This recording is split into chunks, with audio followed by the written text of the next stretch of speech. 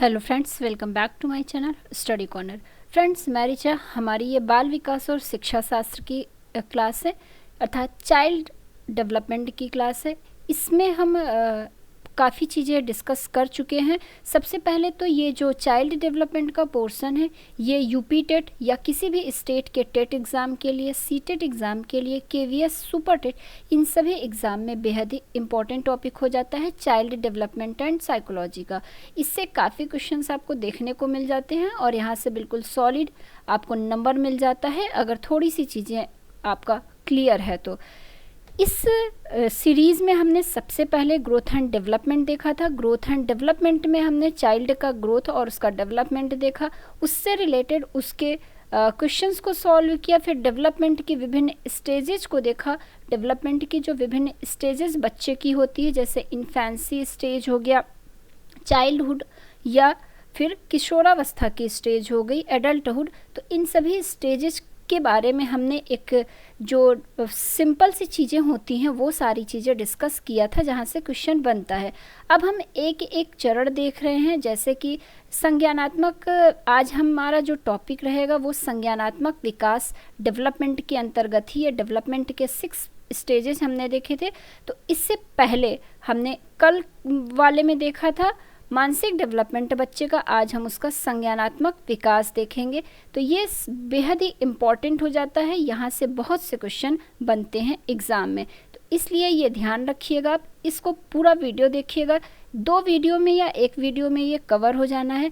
यहाँ से संज्ञानात्मक विकास के डेवलपमेंट में मैं थोड़ी सी चीज़ें पहले बता देती हूँ, फिर अपने क्लास की शुरुआत करेंगे। संज्ञानात्मक विकास या कॉग्निटिव डेवलपमेंट की बात की जाए तो इसमें कुछ मनोवैज्ञानिक हैं जिनकी थ्योरी बेहद ही इम्पॉर्टेंट हो जाती है, जैसे जीन प्याजे हो गए, वाइगॉट्स्की हो गए, ब्रूनर हो गए, इन सभी की थ्योरी यहाँ से पूछी जाती है। तो ये बेहद ही इम्पॉर्टेंट टॉपिक हो जाता है हमारे UP TET exam, CTET exam और सुपर टेट एग्ज़ाम के पॉइंट ऑफ व्यू से। बात हो रही है संज्ञानात्मक विकास की। संज्ञानात्मक विकास को इंग्लिश में कॉग्निटिव डेवलपमेंट कहते हैं। अब इसके बारे में थोड़ा सा जान लीजिए, फिर हम जीन प्याजे पे आते हैं। संज्ञानात्मक विकास तंत्रिका विज्ञान तथा मनोविज्ञान का एक अध्ययन क्षेत्र है जिसमें बालक द्वारा सूचना प्रसंस्करण, भाषा सीखने तथा मस्तिष्क के विकास के अन्य पहलुओं पर ध्यान दिया जाता है। तो संज्ञान का सीधे सीधे मतलब ब्रेन से होता है, मस्तिष्क से होता है। बच्चे के मस्तिष्क के डेवलपमेंट के विकास के अन्य पहलुओं पर ध्यान केंद्रित किया जाता है। संज्ञान का मतलब जान लीजिए क्या है, अर्थात कॉग्निशन जो है इसका मतलब क्या होता है। संज्ञान से तात्पर्य मन की उन आंतरिक प्रक्रियाओं और उत्पादों से है जो जानने की ओर ले जाती है। तो कई बार यूपी टेट में ये संज्ञान का अर्थ सीधे सीधे पूछा है कि संज्ञान का तात्पर्य या संज्ञान का अर्थ क्या होता है। तो इसका आंसर क्या हो जाएगा, मन की उन आंतरिक प्रक्रियाओं और उत्पादों से है जो जानने की ओर ले जाती है।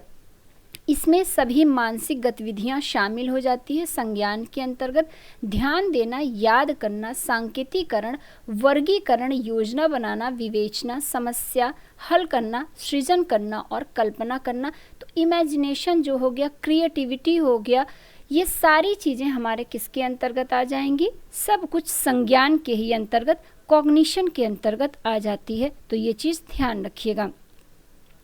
अब आगे बढ़ते हैं और कुछ चीज़ें जान लेते हैं। संज्ञानात्मक मनोविज्ञान शब्द का प्रयोग वर्लिक नीसर ने अपनी पुस्तक संज्ञानात्मक मनोविज्ञान में 1967 में किया था। तो ये इनका नाम और इनकी बुक ध्यान रखिएगा। संज्ञानात्मक मनोविज्ञान में 1967 में संज्ञानात्मक मनोविज्ञान शब्द का प्रयोग किया गया था। अब आगे बढ़ते हैं फ्रेंड्स, और यहाँ पर हम प्याजे को देखेंगे। यही मोस्ट इम्पॉर्टेंट है। प्याजे से आप देखे होंगे लगभग सभी एग्ज़ाम में, यूपी टेट के तो हर बार के एग्ज़ाम में प्याजे से 1 या 2 क्वेश्चन बनता ही बनता है। तो इसको बहुत अच्छे से आपको समझकर पढ़ना होगा। प्याजे के संज्ञानात्मक विकास की बात किया जाए, सबसे पहले तो प्याजे यह बच्चे के जो बचपन की अवस्था होती है, बचपन की अवस्था पर ज़्यादा जोर देते हैं बच्चे के। प्याजे के अध्ययनों का आधुनिक बाल विकास विषय पर बहुत ज़्यादा प्रभाव पड़ा है। उसने मनोवैज्ञानिकों का ध्यान विकास की अवस्थाओं तथा संज्ञान की महत्व की ओर आकर्षित किया है। तो संज्ञान पर किन्होंने जोर दिया है? तो यह जीन पियाजे ने ही संज्ञान पर और बच्चे के विकास की विभिन्न अवस्थाओं पर जोर दिया है। इसके बाद अब जीन पियाजे की कुछ पहले इनके बारे में पढ़ लेते हैं। यहाँ पर क्या है? पियाजे द्वारा प्रतिपादित संज्ञानात्मक विकास का सिद्धांत अर्थात थ्योरी ऑफ कॉग्निटिव डेवलपमेंट मानव बुद्धि की प्रकृति एवं उसके विकास से संबंधित एक विशद सिद्धांत है। यही मैंने अभी आपको बताया।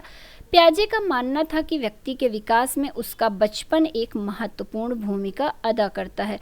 तो ये चीज़ ध्यान रखिएगा कि किसी भी बच्चे का विकास या व्यक्ति के विकास में पियाजे ने उसके बचपन पर ज़्यादा जोर दिया था। तो इनके अकॉर्डिंग बच्चे के विकास में बच्चे का बचपन महत्वपूर्ण भूमिका अदा करता है। पियाजे का सिद्धांत विकासी अवस्था सिद्धांत कहलाता है। मतलब पियाजे के ही सिद्धांत को, थ्योरी को डेवलपमेंटल स्टेज थ्योरी भी कहा जाता है। ये भी ध्यान रखिएगा। यह सिद्धांत ज्ञान की प्रकृति के बारे में बतलाता है कि मानव कैसे ज्ञान क्रमशः इसका अर्जन करता है। कह रहा है यहाँ पर कि पियाजे का जो डेवलपमेंटल स्टेज थ्योरी है वह किस सिद्धांत के बारे में बताती है? तो यह ज्ञान की प्रकृति के बारे में बताती है और बताता है कि मानव कैसे ज्ञान को अर्जन करता है एक क्रम में, कैसे इसे एक एक कर जोड़ता है और कैसे इसका प्रयोग करता है। यही पियाजे के डेवलपमेंटल स्टेज थ्योरी में बताया गया है। आगे देख लेते हैं। पियाजे ने व्यापक स्तर पर संज्ञानात्मक विकास का अध्ययन किया। पियाजे के अनुसार बालक द्वारा अर्जित ज्ञान के भंडार का स्वरूप विकास की प्रत्येक अवस्था में बदलता है और परिमार्जित होता है। पियाजे के संज्ञानात्मक सिद्धांत को विकासात्मक सिद्धांत भी कहा जाता है।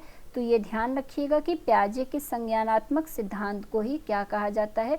विकासात्मक सिद्धांत कहा जाता है। चूँकि इनके अनुसार बालक के भीतर संज्ञान का विकास अनेक अवस्थाओं से होकर गुजरता है, इसीलिए इसे अवस्था सिद्धांत भी कहा जाता है। तो पियाजे ने बच्चे के विभिन्न स्टेज का वर्णन किया है। पियाजे के अनुसार क्या है कि बालक के अंदर ही कॉग्निशन का डेवलपमेंट होता है, संज्ञान का विकास होता है, अनेक अवस्थाओं से इसका विकास होता है, इसीलिए इसी प्रोसेस को, इसी स्टेज को स्टेज थ्योरी कहा गया है। तो ये भी ध्यान रखिएगा। अब पियाजे ने विकास की 4 अवस्थाओं का वर्णन कौन सा किया है ये देख लेते हैं। संज्ञानात्मक विकास की 4 अवस्थाएं हैं पियाजे के अकॉर्डिंग। पहला संवेदी पेशी अवस्था या संवेदी गामक अवस्था या सेंसरी मोटर स्टेज इसी को कहते हैं, जो कि जन्म से 2 वर्ष तक होती है। दूसरा पियाजे का जो स्टेज है वह है पूर्व संक्रियात्मक अवस्था अर्थात प्री ऑपरेशनल स्टेज। 2 से 7 वर्ष का बच्चा पूर्व संक्रियात्मक अवस्था के अंतर्गत आता है। फिर तीसरा स्टेज इनके अकॉर्डिंग मूर्त संक्रियात्मक, जिसे कॉन्क्रीट ऑपरेशनल स्टेज कहते हैं, यह 7 से 11 वर्ष तक के बच्चा इसके अंतर्गत आता है।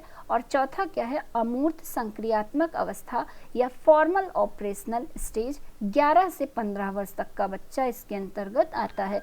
तो पियाजे ने संज्ञानात्मक विकास के अंतर्गत बच्चे की 4 अवस्थाओं का वर्णन किया है पियाजे के अकॉर्डिंग। एक तो जन्म से 2 वर्ष, फिर 2 से 7, 7 से 11 और 11 से 15 वर्ष, ये 4 अवस्थाएं। यहाँ से सीधे सीधे एग्जाम में क्वेश्चन पूछता है कि संवेदी गामक अवस्था या संवेदी पेशी अवस्था की एज क्या होती है, पूर्व संक्रियात्मक अवस्था की एज, इसके एज पूछेंगे या तो यही पूछ लेता है कि मूर्त संक्रियात्मक अवस्था किसके अकॉर्डिंग मूर्त संक्रियात्मक अवस्था बताई गई है, तो पियाजे के अकॉर्डिंग बताई गई है। ये एक डायग्राम के थ्रू यहाँ पर मैंने आपको समझाने की कोशिश किया है कि पियाजे का जो संज्ञानात्मक विकास की अवस्थाएं हैं, पहला संवेदी गामक मतलब जन्म से ये जो 2 वर्ष तक के बच्चे होते हैं ये इसके अंतर्गत आते हैं। दूसरा पूर्व संक्रियात्मक है, 2 से 7 वर्ष के बच्चे इसके अंतर्गत आते हैं। तीसरा है प्रत्यक्ष संक्रियात्मक या मूर्त संक्रियात्मक 7 से 11 वर्ष, और चौथा अमूर्त या औपचारिक संक्रियात्मक 11 वर्ष से 15 वर्ष तक के बच्चे आते हैं इसके अंतर्गत। तो ये एक डायग्राम के माध्यम से भी है। अब पहला क्या है? संवेदी गामक अवस्था है, तो इसको जान लेते हैं या इसी को क्या कहते हैं? संवेदी गामक अवस्था सेंसरी मोटर पीरियड। तो सेंसरी मोटर पीरियड के बारे में प्याजे ने क्या बताया है? पहली बात तो जन्म से 2 वर्ष इसकी अवस्था होती है। इस अवस्था में मतलब 24 महीने कह लीजिए, 24 महीने तक की ये अवस्था होती है। इस आयु में उसकी बुद्धि उसके कार्यों द्वारा व्यक्त होती है, ऐसा जीन पियाजे ने बताया है। पहले मैं जो चीज़ें बता रही हूँ वो सुन लीजिए, उसके बाद इसमें जो लिखा है वो मैं पढ़ दूंगी।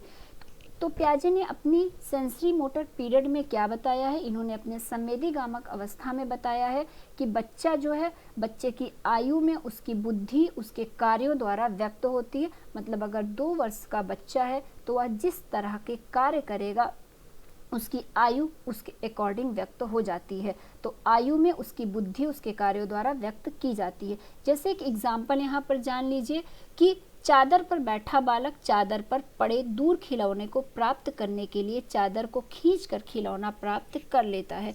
तो ऐसे ऐसे एग्जाम्पल आ जाते हैं कि यह कितने वर्ष की अवस्था का बच्चा ऐसी क्रियाएं करता है। तो 2 वर्ष तक की अवस्था का बच्चा क्या करता है, उसे आप चादर में बैठा दीजिए और एक किनारे पर अगर उसी चादर पर आप कोई खिलौना उसका रख देते हैं तो बच्चा चादर को खींच करके उस खिलौने को पा लेता है। पियाजे के अनुसार यह एक बौद्धिक कार्य होता है क्योंकि इसमें उसने क्या किया, अपने ब्रेन का इस्तेमाल किया है, इसीलिए पियाजे के अनुसार यह एक बौद्धिक कार्य है। पियाजे ने सेंसोरोमीटर अवस्था को पुनः 6 अवस्थाओं में विभाजित किया है। तो पियाजे की ये जो संवेदी गामक अवस्था है, इन्होंने इसको आगे चल करके क्या किया है, 6 स्टेजेस में डिवाइड किया है। तो ये 6 स्टेजेस को बाद में देखेंगे, अब एक बार मैं पढ़ देती हूँ कि यहाँ पर क्या लिखा है।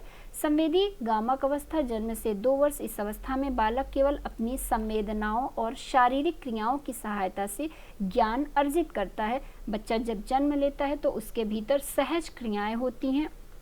इन सहज क्रियाओं और ज्ञानेंद्रियों की सहायता से बच्चा वस्तुओं, ध्वनियों, स्पर्श, रसों एवं गंधों का अनुभव प्राप्त करता है और इन अनुभवों की पुनरावृत्ति के कारण वातावरण में उपस्थित उद्दीपकों की कुछ विशेषताओं से परिवर्तित हो जाता है। तो यही संवेदी गामक अवस्था में बताया गया है कि बच्चा जो है क्या करता है, ये कुछ क्रियाएं करने लगता है, जैसे कि वह वस्तुओं, ध्वनियों को सुनने लगता है, देखने लगता है, वस्तुओं को स्पर्श करने लगता है। ये सारी क्रियाएं बच्चा करने लगता है संवेदी गामक अवस्था में। और एक एग्जाम्पल मैंने खिलौने वाला बता दिया कि थोड़ा बहुत वह अपने ब्रेन का भी क्या करता है, यहाँ पर इस्तेमाल करना शुरू कर देता है।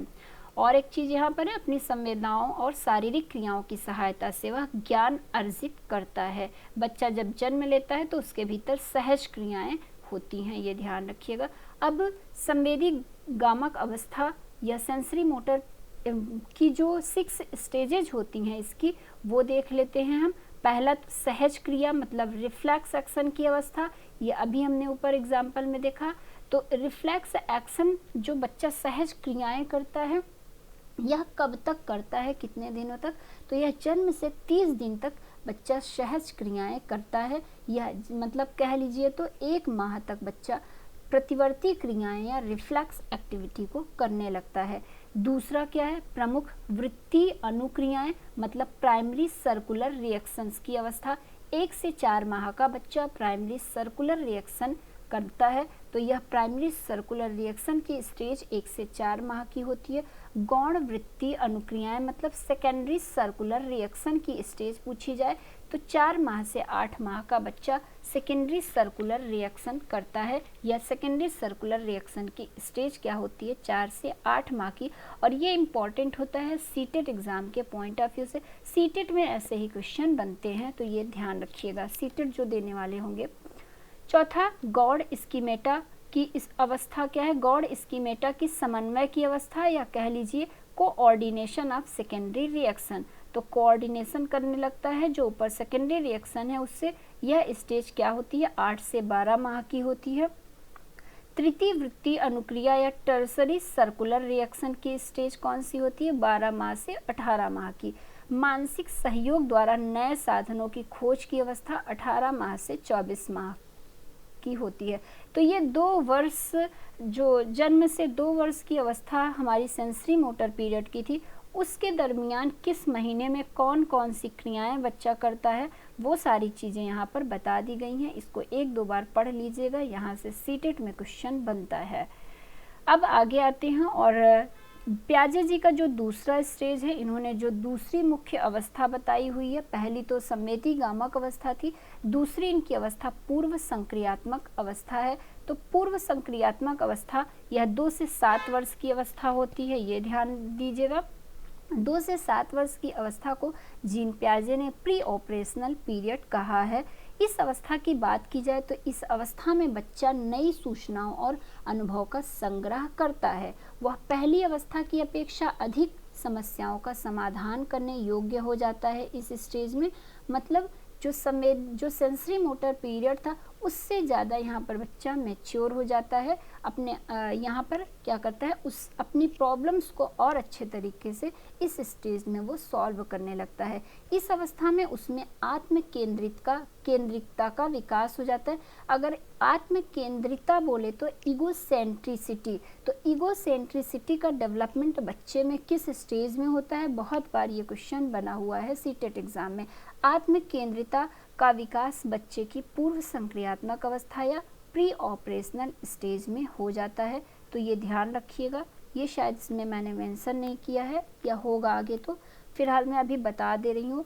इस अवधि के अंत तक जब बालक में कुछ सामाजिक विकास उन्नत हो जाता है तब उसकी यह आत्म केंद्रितता कुछ कम होने लगती है। तो फिलहाल इतना आप जानिए कि ईगोसेंट्रिसिटी का डेवलपमेंट बच्चे की किस स्टेज में होता है जीन प्याजे के अकॉर्डिंग। तो ईगोसेंट्रिक बच्चा 2 से 7 वर्ष की अवस्था में होता है प्री ऑपरेशनल पीरियड में। तो ये चीज़ ध्यान रखिएगा, इम्पॉर्टेंट है। प्याजे का विचार है, एक और इन्होंने एक विचार प्याजे ने दिया है, इनके अकॉर्डिंग क्या है, 6 वर्ष से कम आयु के बालकों में संज्ञानात्मक परिपक्वता का अभाव होता है। इस अभाव के कारण वह परंपरागत समस्याओं को तभी सीख पाते हैं जब उन्हें कुछ शिक्षण प्रशिक्षण दिया जाए। तो प्याजे जी कहते हैं कि 6 वर्ष से कम उम्र के जो बालक होते हैं उनमें कॉग्निटिव डेवलपमेंट, कॉग्निटिव मैच्योरिटी जो है उसका अभाव पाया जाता है या उसकी कमी पाई जाती है। वह तभी अपने संज्ञानात्मक परिपक्वता को डेवलप करते हैं, या कह लीजिए इस अभाव के कारण वह परंपरागत समस्याओं को तभी सीख पाते हैं जब उन्हें कोई शिक्षण देगा इसका, तभी वह सीख पाएंगे। यहाँ पर इसमें लिखा क्या है अब वो पढ़ लेते हैं। इस अवस्था में बालक स्वकेंद्रित व स्वार्थी न होकर दूसरों के संपर्क से ज्ञान अर्जित करता है। तो ऐसा आप देखे ही होंगे, ये 2 से 7 वर्ष की अवस्था है। तो बच्चा यहाँ स्वकेंद्रित तो रह नहीं जाता है, वह क्या दूसरों के संपर्क में आना शुरू हो जाता है, दूसरों से वह ज्ञान अर्जित करने लगता है।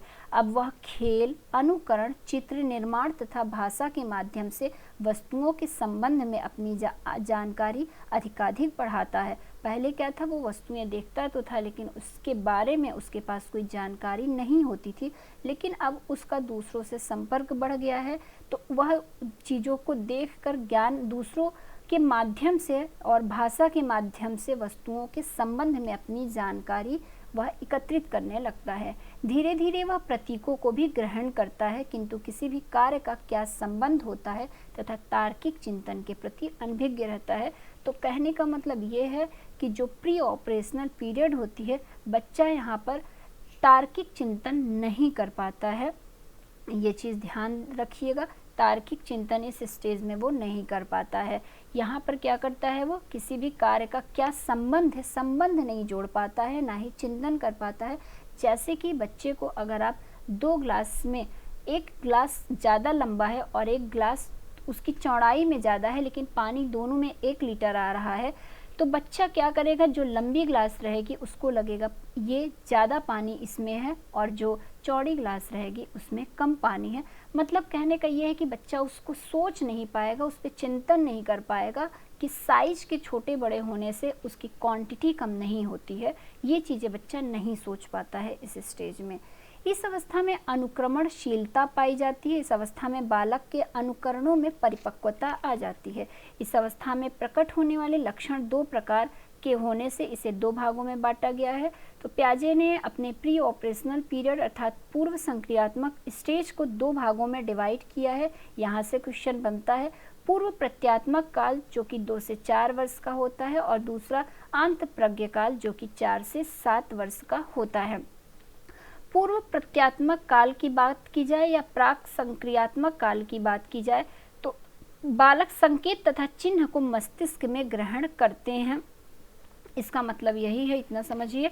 और दूसरा क्या है, आंत प्रज्ञ काल, जो कि 4 से 7 वर्ष की स्टेज होती है। आंत प्रज्ञ काल की बात की जाए तो आंत प्रज्ञ काल में क्या होता है, बालक छोटी छोटी गणनाएं जैसे जोड़ घटाना आदि सीख लेता है। ये वाला क्वेश्चन यूपी टेट में बना हुआ है, तो ये ध्यान रखिएगा कि सीधे सीधे यही क्वेश्चन पूछता है कि बच्चा छोटी छोटी गणनाओं जैसे जोड़ घटाना इत्यादि को किस अवस्था में करने लगता है, किस अवस्था में इसका प्रयोग करने लगता है। तो जीन प्याजे के अकॉर्डिंग बच्चा जोड़ घटाना जैसे छोटी छोटी गणनाएं जो है वह प्री ऑपरेशनल पीरियड अर्थात पूर्व संक्रियात्मक अवस्था की आंत प्रज्ञ काल में करने लगता है। और इसकी अगर एज की बात की जाए तो एज में बताया जाए तो 4 से 7 वर्ष की अवस्था का बच्चा छोटी छोटी गणनाओं को करने लगता है, संख्या का वह प्रयोग करने लगता है। इसमें क्रमबद्ध तर्क नहीं होता है।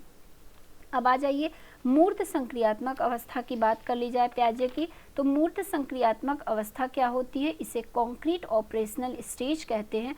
कॉन्क्रीट ऑपरेशनल स्टेज जीन प्याजे का ये तीसरी स्टेज होती है, ठीक है। और इसकी एज की बात कर ली जाए तो 7 से 11 वर्ष की अवस्था को जीन प्याजे ने क्या क्या कहा है, मूर्त संक्रियात्मक अवस्था या कॉन्क्रीट ऑपरेशनल स्टेज का नाम दिया है। तो ये ध्यान रखिएगा। इसके अंतर्गत क्या बताया है इन्होंने, कॉन्क्रीट ऑपरेशनल पीरियड या मूर्त संक्रियात्मक अवस्था या ठोस संक्रियात्मक अवस्था, तीनों ही के नाम से ये जानी जाती है। तो सबसे पहले तो इसकी एज ध्यान रखिएगा, 7 से 11 वर्ष की स्टेज है ये यहाँ से भी क्वेश्चन यूपी टेट में कई बार पूछा हुआ है। इस अवस्था में 7 से 11 वर्ष तक की ये एज होती है। इस अवस्था में क्या होता है कि यह बच्चा जो है वह विश्वास करने लगता है कि लंबाई, भार तथा अंक आदि स्थिर रहते हैं। वह अनेक कार्यों की मानसिक प्रतिभा प्रस्तुत कर सकता है। वह किसी पूर्व और उसके अंश के संबंध में तर्क कर सकता है। तो अब तर्क करने वाला जो बच्चा, तर्क की शक्ति या तर्क वो करने लगता है किस स्टेज में, तो बच्चा तर्क वितर्क मूर्त संक्रियात्मक अवस्था में करने लगता है। तो ये चीज़ ध्यान रखिएगा कि लॉजिकल स्टेज या लॉजिक बच्चा किस स्टेज के अंतर्गत देने लगता है, तो वह मूर्त संक्रियात्मक या कॉन्क्रीट ऑपरेशनल स्टेज या कह लीजिए उसके या कॉन्क्रीट ऑपरेशनल स्टेज या 7 से 11 वर्ष की अवस्था में करने लगता है। अब देख लेते हैं यहाँ पर क्या लिखा है। इस अवस्था में बालक विद्यालय जाना प्रारंभ कर देता है, बिल्कुल सही है। एवं वस्तुओं एवं घटनाओं के बीच समानता भिन्नता समझने की क्षमता उत्पन्न हो जाती है। तो मूर्त संक्रियात्मक अवस्था में अब बच्चा क्या होता है, वो समझने लगता है दो समान तरह की वस्तुओं के बीच समानता, दो अलग तरह की वस्तुओं के बीच भिन्नता को समझने की क्षमता उसमें आ जाती है। इस अवस्था में बालकों में संख्या बोध, वर्गीकरण, क्रमानुसार व्यवस्था, किसी भी वस्तु व्यक्ति के मध्य पारस्परिक संबंध का ज्ञान हो जाता है। इससे पहले हमने क्या देखा था कि बच्चे को जो है वह वर्गीकरण नहीं कर पाता था, वह क्लासिफिकेशन नहीं कर पाता था चीज़ों को देखकर। लेकिन अब इस स्टेज में बच्चा क्लासिफिकेशन करने लगता है चीज़ों को देखकर कि किस में ज़्यादा अमाउंट में क्या होगा, किस में कम अमाउंट में कौन सी छोटी वस्तु है या कौन सी बड़ी वस्तु है। तो यहाँ से सीधे सीधे इसके एग्जाम्पल से ही क्वेश्चन बनता है कि बच्चा वस्तुओं एवं घटनाओं के बीच समानता भिन्नता समझने की क्षमता किस स्टेज के अंतर्गत बच्चे में डेवलप हो जाती है। तो मूर्त संक्रियात्मक अवस्था के अंतर्गत बालकों में संख्या का बोध, वर्गीकरण, क्रमानुसार व्यवस्था, किसी भी वस्तु व्यक्ति के मध्य पारस्परिक संबंध का ज्ञान, ये सारी जो क्वालिटी होती है यह मूर्त संक्रियात्मक अवस्था या कह लीजिए कॉन्क्रीट ऑपरेशनल स्टेज की, जो कि जीन प्याजे के अकॉर्डिंग है, हो जाती है। वह तर्क कर सकता है। तो बिल्कुल ध्यान रखिएगा, ये वाला क्वेश्चन बनता है एग्जाम में। संक्षेप में वह अपने चारों ओर के पर्यावरण के साथ अनुकूल करने के लिए अनेक नियम को भी सीख लेता है। यह मूर्त संक्रियात्मक अवस्था की प्रॉपर्टी या क्वालिटी थी। अब जो लास्ट स्टेज है जीन प्याजे के अकॉर्डिंग 12 वर्ष से 15 वर्ष या कह लीजिए 12 वर्ष से अधिक की बात इन्होंने की हुई है। औपचारिक या अमूर्त संक्रियात्मक अवस्था इसे बोलते हैं या फॉर्मल ऑपरेशनल स्टेज बोलते हैं। तो ध्यान रखिएगा, कोई भी नाम पूछ सकता है। औपचारिक संक्रियात्मक अवस्था, अमूर्त संक्रियात्मक अवस्था या फॉर्मल ऑपरेशनल स्टेज, ये सारी ही चीज़ें इसको कहते हैं। यह अवस्था 12 वर्ष के बाद की है। इस अवस्था की विशेषता क्या है? इसमें जीन पियाजे ने क्या कहा हुआ है कि बच्चा तार्किक चिंतन की क्षमता का विकास हो जाता है, वह समस्या समाधान की क्षमता का विकास, वास्तविक अवास्तविक में अंतर समझने की क्षमता का विकास हो जाता है, वास्तविक अनुभवों को काल्पनिक परिस्थितियों में ढालने की क्षमता का विकास हो जाता है। मतलब कहने का है कि बच्चा जो चीज़ नहीं देखा रहता है, यहाँ पर उस चीज़ के बारे में भी वह वर्णन कर लेता है, यहाँ वह बता सकता है। जिस चीज़ को वो ना देखा हो, बिना देखे भी उस चीज़ के बारे में बच्चा बता सकता है। परिकल्पना विकसित करने की क्षमता का विकास हो जाता है। तो ये चीज़ें थी हमारी जीन पियाजे की 4 स्टेजेस थी, बेहद ही इम्पॉर्टेंट है, इसका हर वो पॉइंट इम्पॉर्टेंट है। आगे इसी चीज़ को एक डायग्राम के माध्यम से फिर से एक जगह पर मैं बता देती हूँ। जीन पियाजे ने संज्ञानात्मक विकास के अंतर्गत 4 स्टेजेस में बच्चे की डेवलपमेंट को डिवाइड किया है। बच्चे के स्टेजेस को 4 भाग में किया हुआ है। पहली स्टेज जीन पियाजे के अनुसार संवेदी पेशी अवस्था, संवेदी गामक अवस्था होती है, जो कि जन्म से 2 वर्ष की होती है। इसमें संवेदी पेशी विचार, इससे क्या क्या होता है बच्चे में? तो बच्चा पूर्व शाब्दिक गतियों की पुनरावृत्ति करने लगता है, प्रयत्न करने लगता है, मूल व्यवहार का आरंभ हो जाता है, वस्तु स्थापित जीवत्वारोपण करने लगता है। फिर दूसरी क्या है? पूर्व संक्रियात्मक अवस्था, जो कि 2 से 7 वर्ष की होती है। पूर्व संक्रियात्मक अवस्था मोस्ट इम्पॉर्टेंट है ये चीज़, यहाँ से ये वाले पॉइंट से क्वेश्चन बनता है, तो ये चीज़ आप इसको बिल्कुल रट डालिएगा, यहाँ से सीधे सीधे क्वेश्चन बनता है। पूर्व संक्रियात्मक अवस्था या जन्म से 2 वर्ष की अवस्था में बच्चा अहम केंद्रिता मतलब ईगोसेंट्रिक हो जाता है, नकल करने की पुनरावृत्ति बच्चे में बहुत ज़्यादा हो जाती है। प्रत्यक्षात्मक, तार्किक, कल्पनात्मक, खेल, अस्थिर, अनौपचारिक तार्किकता, ये सारे गुण जो हैं डेवलप हो जाते हैं पूर्व संक्रियात्मक अवस्था में। तीसरा क्या है? ठोस संक्रियात्मक अवस्था या कॉन्क्रीट ऑपरेशनल स्टेज कह लीजिए। इसमें क्या होता है? इसमें अहम केंद्रिता इसमें भी आ जाती है और ज़्यादा अच्छी हो जाती है। व्याख्या या स्पष्टीकरण बच्चा करने लगता है, ये वाला क्वेश्चन बनता है। संरक्षण व परिरक्षण का विकास बच्चे में किस स्टेज में होता है? तो यह कॉन्क्रीट ऑपरेशनल स्टेज में हो जाता है। वर्गीकरण भी बच्चा इसी स्टेज में करने लगता है, काल्पनिकता भी इसी स्टेज में आ जाती है। ये सारी चीज़ें इस स्टेज की क्वालिटी हैं। लास्ट है फॉर्मल ऑपरेशनल स्टेज या औपचारिक संक्रियात्मक अवस्था, 11 वर्ष या 12 वर्ष से अधिक की होती है। इसमें तर्क का अनुप्रयोग बच्चा करने लगता है, शाब्दिक परिकल्पना करने लगता है, दूसरों के साथ जुड़कर इस स्टेज में बच्चा कार्य करने लगता है। समानुपातिकता बहुत टफ है, छोड़िए इसको। संयोजकी तार्किकता या अनौपचारिकता का संबंध वह स्थापित करने लगता है। तो ये तो थी फ्रेंड्स जीन पियाजे के अनुसार संज्ञानात्मक विकास की अवस्थाएं, जो कि उन्होंने 4 अवस्थाओं में, और इन्हीं सीधे सीधे यहाँ से और कहीं से कोई क्वेश्चन नहीं बनता, यही जो चारों स्टेज हैं यहीं से क्वेश्चन बनता है। तो बस आपको यही चीज़ याद रखना होगा कि क्या क्वेश्चन बनता है। एक बार संवेदी गामक की फिर से सुन लीजिए, इतनी जितनी आपको दिख रही है इतना तो है ही, इसके सिवा कुछ और विशेषताएं संवेदी गामक स्टेज की सुन लीजिए। जैसे कि शिशु जो है वह संवेदी अनुभवों का शारीरिक क्रियाओं के साथ समन्वय करते हुए संसार का अन्वेषण करता है। तो इस स्टेज में क्या होता है? बच्चा अपनी संवेदी अनुभवों का शारीरिक क्रियाओं के साथ समन्वय करते हुए अन्वेषण करता है समाज से। ठोस संक्रियात्मक या 7 से 11 वर्ष में एक दो चीज़ें और सुन लीजिए। बच्चा जो है ठोस घटनाओं के संबंध में युक्ति संगत तर्क कर सकता है। इस स्टेज में वस्तुओं की मानस प्रतिमाओं पर प्रतिवर्तनीय मानसिक संक्रियाएं करने में बच्चा क्या होता है? सक्षम हो जाता है। तो ये सारी चीज़ें थी फ्रेंड्स हमारा जीन पियाजे के बारे में।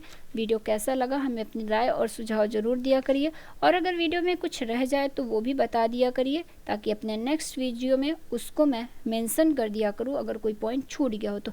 एक चीज़ और याद आया, इसी में जीन पियाजे ने ही एक और बात बताई हुई थी एसिमिलेशन की, सातवीकरण की, यहाँ से भी एक क्वेश्चन बनता है। तो सातवीकरण या एसिमिलेशन क्या होता है, बस सुन लीजिए, सीधे सीधे इसका यही पूछता है क्या होता है ये सातवीकरण या एसिमिलेशन। तो सातवीकरण का अर्थ क्या होता है, बालक में जो विचार होते हैं, बालक में उपस्थित विचार में किसी नए विचार या वस्तु का समावेश हो जाना ही क्या कहलाता है, सातवीकरण कहलाता है। मतलब बालक के अंदर जो पहले से कोई आइडिया था, उस आइडिया के साथ वो कोई नए आइडिया को ज्वाइन करके देखे, उसका समावेश कर ले, तो यही क्या होता है, सातवीकरण या एसिमिलेशन कहलाता है। तो ये चीज़ें कुछ थी। और क्या इसमें बताया था इन्होंने कि प्रत्येक बालक में प्रत्येक आयु स्तर पर कुछ ना कुछ क्रियाओं या ऑपरेशंस के सेट विद्यमान होते हैं। ये सारी चीज़ें तो हमारे काम की नहीं थी। तो बस इतनी ही चीज़ें हैं जो जीन प्याजे के लिए काफ़ी है आपके एग्ज़ाम के पॉइंट ऑफ व्यू से। बहुत ज़्यादा जानने की कोशिश भी मत करिए, हमें उतना ही जानना है जितना कि हम अपने एग्ज़ाम में क्वेश्चंस को क्रैक कर लें और अच्छे नंबर ला लें। तो आप इतना भी पढ़ेंगे तो जीन प्याजे से कोई क्वेश्चन रह नहीं जाएगा। अगर कोई पॉइंट छूट भी रहा है तो उसको हम क्वेश्चन सीरीज का जो वीडियो रहेगा उसमें कवर कर लेंगे। तो बिल्कुल निश्चिंत रहिए, कोई भी पॉइंट छूटने नहीं दूंगी मैं एग्ज़ाम में जहाँ से भी क्वेश्चन बनता है। वीडियो कैसा लगा हमें अपनी राय और सुझाव ज़रूर दिया करिए, और अगर वीडियो पसंद आया करे तो वीडियो को लाइक और शेयर भी कर दिया करिए। इसके बाद नेक्स्ट वीडियो में हम संज्ञानात्मक विकास के ही अंतर्गत, कॉग्निटिव डेवलपमेंट के ही अंतर्गत लॉरेंस कोहलबर्ग की थ्योरी पढ़ेंगे। वो भी बेहद ही इम्पॉर्टेंट है, वहाँ से भी क्वेश्चन बनता है। तो आने वाले वीडियो का भी इंतज़ार करिएगा और ज़रूर देखिएगा, क्योंकि वो भी वीडियो बेहद ही इम्पॉर्टेंट होने वाला है आपके एग्ज़ाम के लिए। अपने नेक्स्ट वीडियो में हम फिर से मिलते हैं, तब तक के लिए धन्यवाद दोस्तों।